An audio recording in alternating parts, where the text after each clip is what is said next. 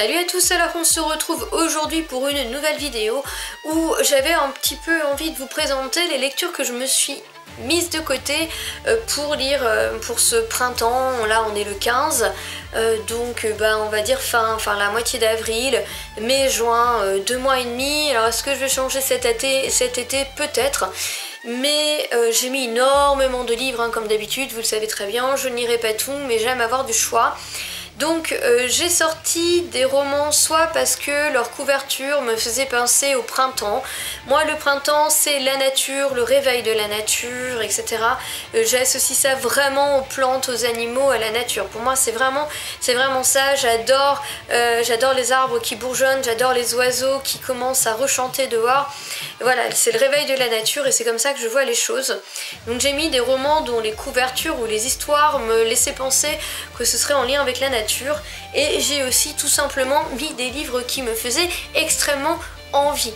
Donc je les ai classés plus ou moins, mais j'ai mis les tomes uniques, les suites de saga et les débuts de saga. Tout d'abord parce que j'avais envie quand même d'avoir un livre un peu drôle, j'ai mis un Terry Pratchett écrit avec Neil Gaiman, De bons présages chez Françoise Poche. Sachez que je n'ai jamais lu Terry Pratchett, mais je sais qu'il est reconnu par son humour, donc j'avais envie de découvrir ce livre qui a inspiré la série Good Omens que je n'ai jamais regardé. Voilà, mais du coup je pense que la plupart d'entre vous savez de quoi on en parle. Tout ce que je sais c'est que l'apocalypse aura lieu samedi prochain après le thé, ainsi en ont décidé d'un commun accord, les forces du bien et celles du mal. Voilà, donc j'ai pas lu la suite, mais voilà, ça avait l'air drôle, donc je me le suis mis de côté. J'ai aussi sorti une pavage, je sais pas si j'aurai le courage de la sortir ou peut-être cet été, puisque le prieuré de l'Oranger de Samantha Shannon, franchement me fait, faut pas se le cacher, me fait excessivement envie,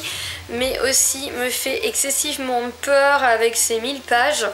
Donc tout le monde me dit qu'il est génial, qu'il faut que je lise, etc. Et puis c'est quand même un livre qui est de toute beauté, j'adore, j'aime bien, je l'ai pris en collection reliée. Donc voilà, là j'ai un doute, mais il faut quand même que cette couverture franchement me donne trop envie. Je sais que beaucoup d'entre vous ne seront pas d'accord avec moi, mais moi très personnellement en fait j'aurais largement préféré que ce soit découpé en 2 ou 3 tomes. J'ai aussi sorti L'année de grâce parce que de 1 il me fait super envie, de 2 je sais que ça se passe dans la forêt, dans la nature, etc. Je vais pas vous faire la fond d'en parler parce que on en a entendu parler il y a pas très longtemps, mais c'est pareil, franchement il me fait très envie. Toujours dans le style un peu barré, je me suis sortie, en parlant de Terry Pratchett, un Oren Miller parce que j'aime beaucoup, même si le deuxième livre que j'ai lu d'elle est un tout petit peu moins drôle que le premier. J'ai envie de continuer à la découvrir avec Le Roi Sombre, aux éditions de L'Homme sans nom. Donc je crois que c'est un peu une réécriture du Conte de Monte Cristo, mais bon, ça se passe dans le futur, des vaisseaux spatiaux, etc. Ça a l'air un peu frappé, et je me suis dit que voilà, pour le printemps ça pourrait être sympa aussi, donc à voir. Ensuite, je ne pouvais pas parler nature sans parler de Extincta de Victor Dixon. Ceci étant dit, je n'ai pas lu Cogito, donc je ne sais pas si je peux lire Extincta sans avoir lu Cogito, mais je crois qu'il n'y a pas de rapport.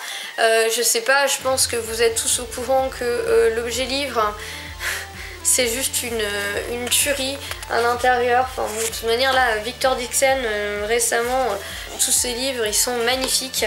Je ne sais plus exactement de quoi ça parle, sauf que l'espèce humaine va disparaître et que c'est comme une révolution écologique. Le grand effondrement a eu lieu et presque toutes les espèces animales se sont éteintes. Voilà, toujours pour parler animaux, mais un peu dans le style d'Extincta, avec animaux en voie de disparition quoi.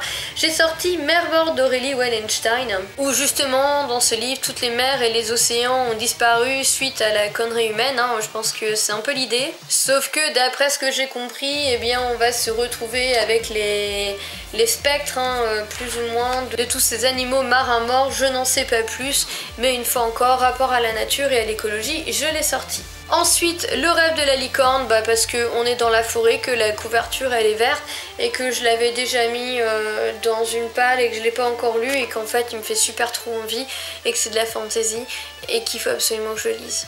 Un livre qui vient de chez France Loisirs avec Comme l'Obsidienne. Je crois qu'à la base c'est de chez Rebelle Édition. Je pense qu'il est encore trouvable chez eux. Oui, c'est ça.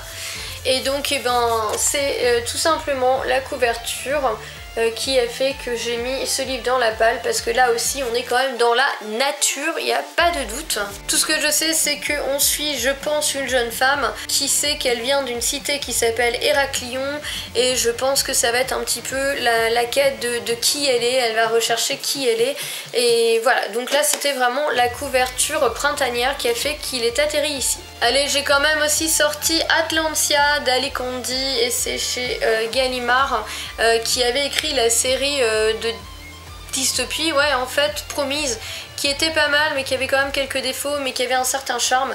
Là c'est un livre sur les sirènes que j'ai depuis des années. Quoi, les sirènes au printemps, j'en sais rien, peut-être parce que j'habite au bord de mer, je sais pas. Mais voilà, c'était l'occasion de ressortir. Comme je vous l'ai dit, je vais pas lire tous les livres parce que là je n'ai fait que les tomes uniques, il me reste encore les suites de saga et les débuts de saga, donc comme vous le voyez j'aurais jamais tout lu, hein.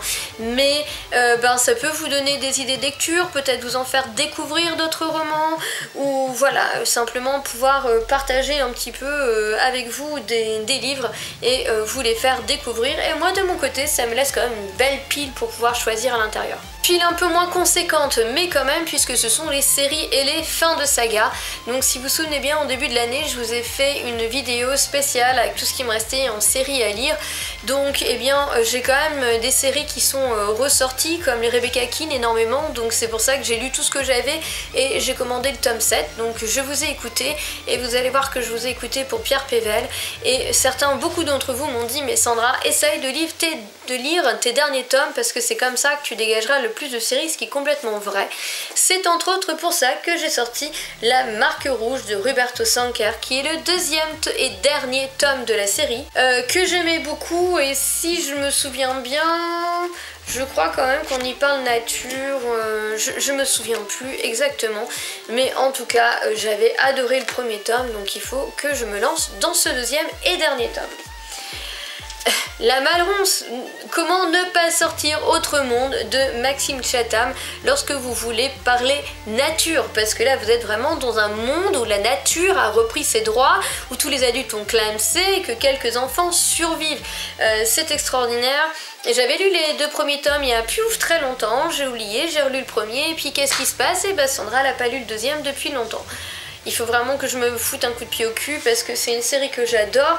Ce sont des livres qui, je sais, c'est Albin Michel, c'est grand, mais en fait ils se lisent super vite. À l'intérieur c'est bien aéré et tout. Je vous le montre de plus près. Et honnêtement, il faut vraiment que je fasse l'effort. Et je pense vraiment que ce monde revenu à la nature sauvage, pour la nature, le printemps, c'est ce que moi je recherche. Et non, en effet, je n'ai pas participé à un challenge de printemps parce que c'est mal tombé, en fait, je n'ai pas eu le temps de faire mes piles, tout simplement, c'est dommage. Hunger Games, pourquoi? Parce que 1, je crève d'envie de le lire, et 2, la couverture elle est verte avec un oiseau et un serpent, donc il y a la nature dessus, voilà, pan. Et puis c'est un sacré bébé, mais j'ai vraiment envie de retourner dans l'univers d'Hunger Games. La seule chose qui me fait peur, c'est que quand on a des spin-offs comme ça, des fois ils sont pas du tout à la hauteur et ça casse un petit peu votre série de base, mais j'ai bon espoir ici. Alors ça c'est entièrement parce que vous m'avez dit Sandra, t'as pas fini, c'est la honte, en effet. Donc j'ai sorti le deuxième tome du Paris des Merveilles qui s'appelle L'Élixir d'Oubli, écrit par Pierre Pével aux éditions Brajlon. J'adore cette couverture. Honnêtement, après, il faut que je l'avoue, j'ai offert, vous savez, Brajlon a sorti l'intégrale des 3 tomes en relié, etc. J'ai offert ça à mon père. Il a celle-là et les lames du cardinal, je crois, dans la même version dans sa bibliothèque. Je suis quand même un bras jalouse, mais j'adore ces couvertures. Et puis voilà, le Paris des Merveilles, vous avez quand même vachement la nature quoi sur la couverture. Donc je me suis dit que ça passait, et puis de toute manière j'avais très envie de lire.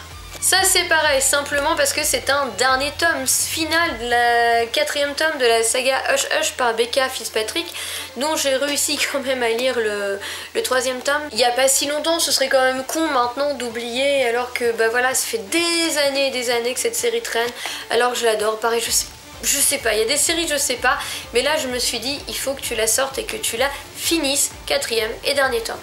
Petite lubie, l'anti-magicien, je sais pas pourquoi, ça m'a pris comme ça. J'ai envie de lire la suite de l'anti-magicien avec Kellen, je crois qu'il s'appelle, c'est ça, qui se retrouve du jour au lendemain sans magie, qui va essayer de tricher pour passer les épreuves.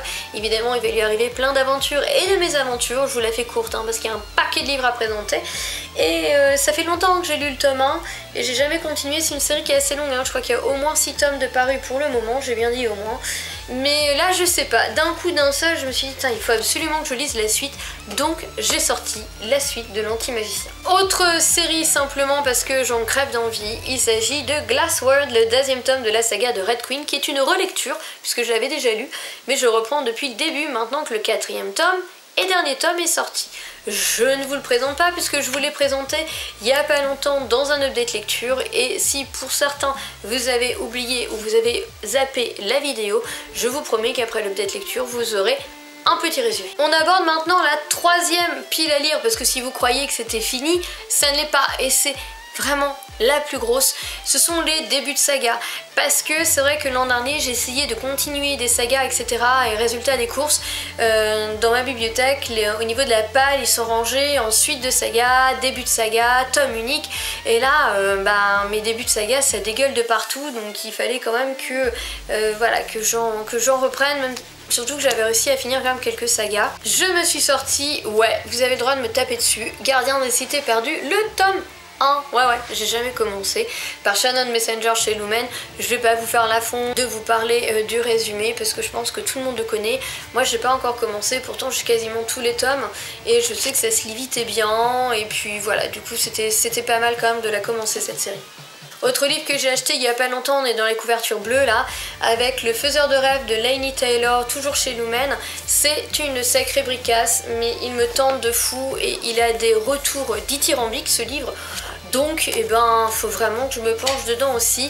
Donc lui il est vraiment là parce que pareil il me fait très envie.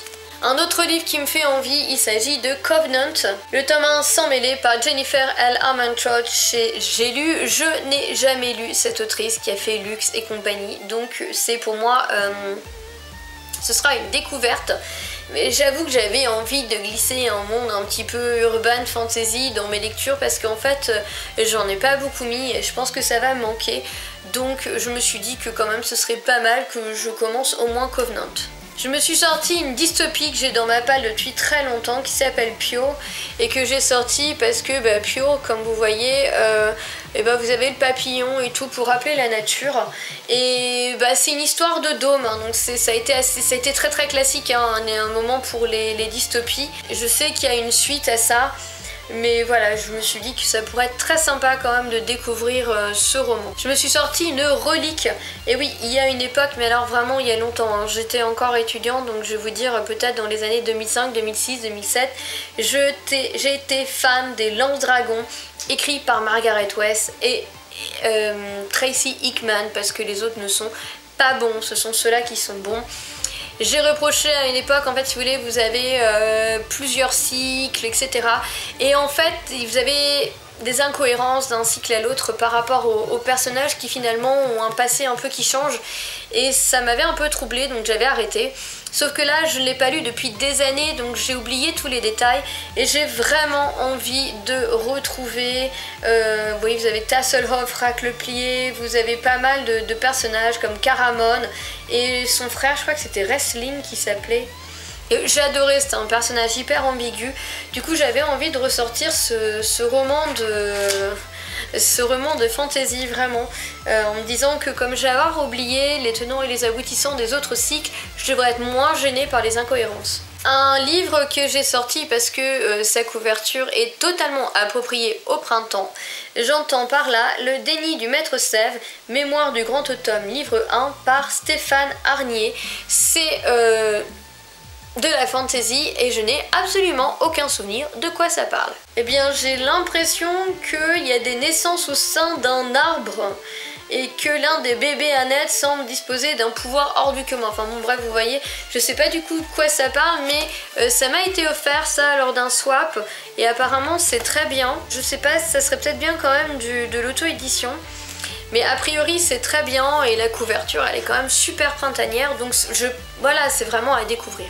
J'ai aussi sorti un autre livre sur les licornes avec les enfants de la licorne, tome 1, chercheur d'horreur. Je n'en sais pas plus, je trouve jamais le nom d'autrice parce qu'elle l'a pas mis en fait sur son livre. Si, elle l'a mis là, Souriami ou quelque chose comme ça, mais il est pas dedans, devant. Je vous l'ai déjà dit hein, parce que j'ai déjà sorti. Donc je crois qu'on y parle elfe, licorne, etc. Mais bon voilà, c'est un petit peu, c'est pareil, je trouve que tout ce qui est elfique, licorne, moi ça me fait penser au... Non, c'est plus des créatures que j'imagine dans le printemps, les arbres, la forêt et tout, qu'une créature d'hiver. Ça peut paraître stupide, mais voilà. Ensuite j'ai sorti 2 livres des éditions Nouvelle Plume, donc à la base c'est France Loisirs, vraiment pour leur couverture. Là je veux dire, vous pouvez pas taper plus printanier. Donc vous avez Edouane et le monde des fées, et je crois que vous avez les fées et les humains qui vivent dans 2 mondes séparés, et que notre chère Edouane est une humaine qui va se retrouver dans le monde des fées. Bon, c'est un pitch qui se retrouve quand même assez régulièrement.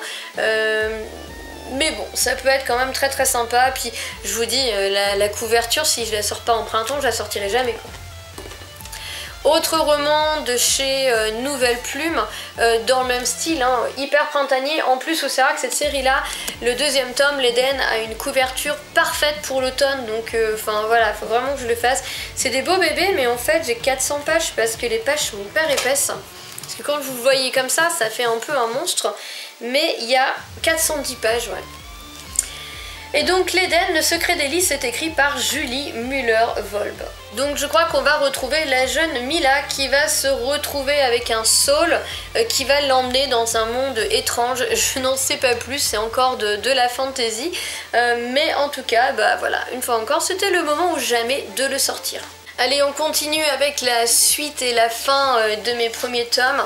J'ai sorti Steam Taylor, Héliotrope par E.S. Green chez Gulfstream Editor. Je pense que vous en avez beaucoup entendu parler.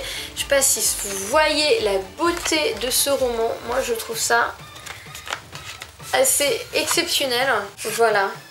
Et j'avais bien aimé ce système aussi de monde un petit peu en forme d'arche comme vous aviez dans la passe miroir.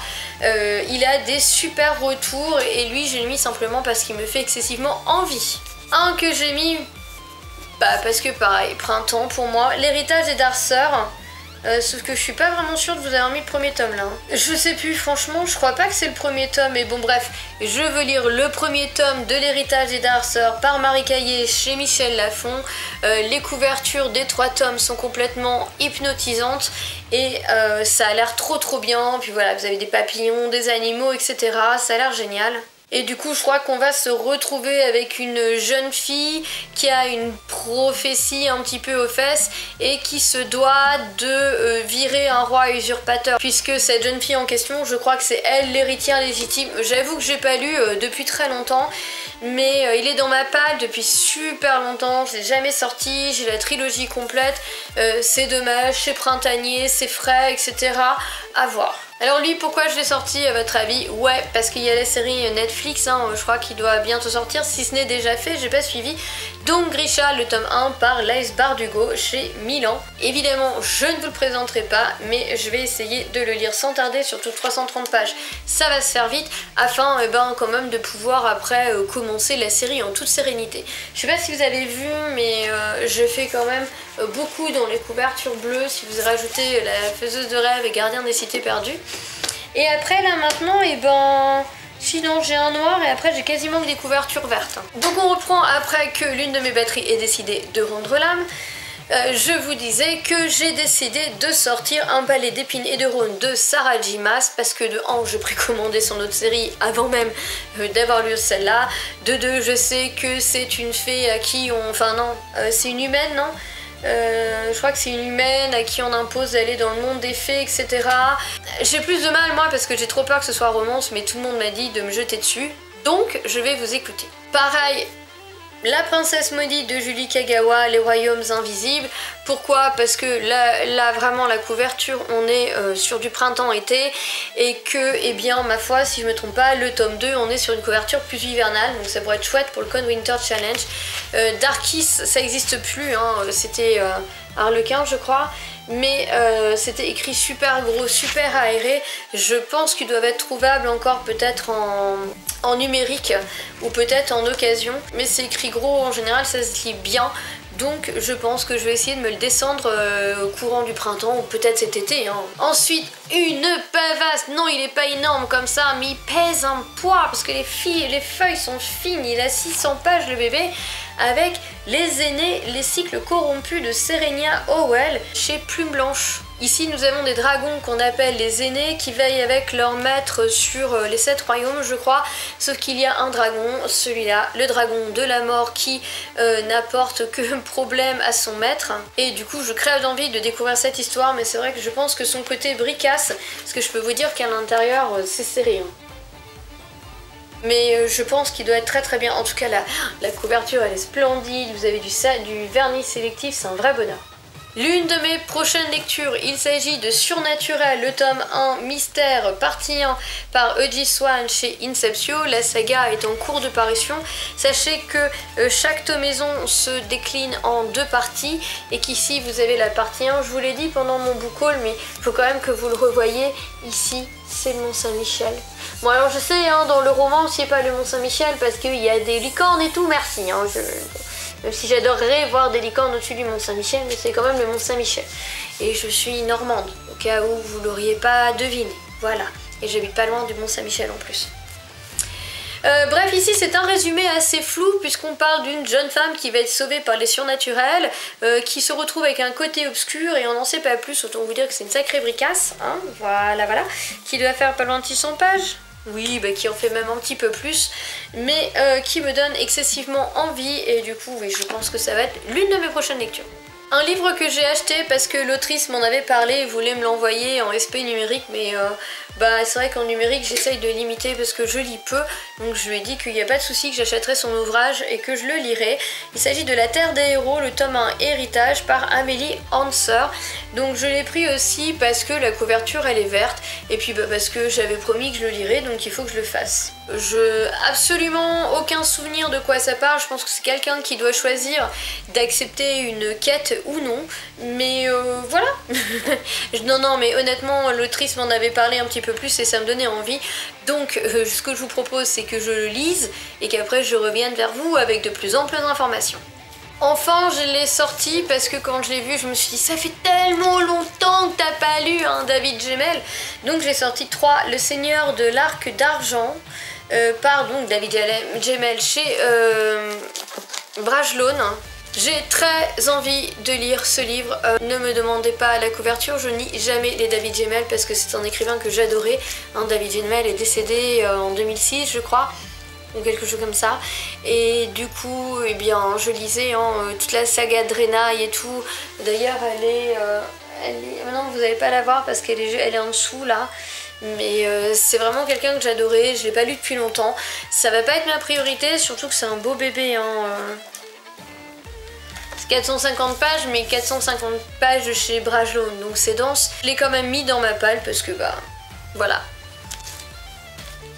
Donc comme vous le voyez, j'ai une palle ultra conséquente pour ce printemps et probablement une grande partie de mon été parce qu'en général en été, je vais peut-être me rajouter 1 ou 2 romans feel good comme je dirais un Laurent Gounel ou quelque chose comme ça, mais la plupart du temps je reste sur des lectures un petit peu comme ça qui sont en rapport avec la nature. Donc on verra bien, là je me fixe déjà à cette palle jusque fin juin, je vais lire ce que j'ai envie de lire dedans et puis bah, ma foi pour la suite on verra. N'hésitez pas à me dire quels sont vos livres préférés dans ceux que j'ai sortis, ceux que vous avez adorés, qu'il faut absolument que je lise, etc. ou que au contraire vous aimeriez avoir un avis. Voilà, à toutes et à tous, je vous souhaite comme d'habitude une excellente journée et de très belles lectures. À bientôt.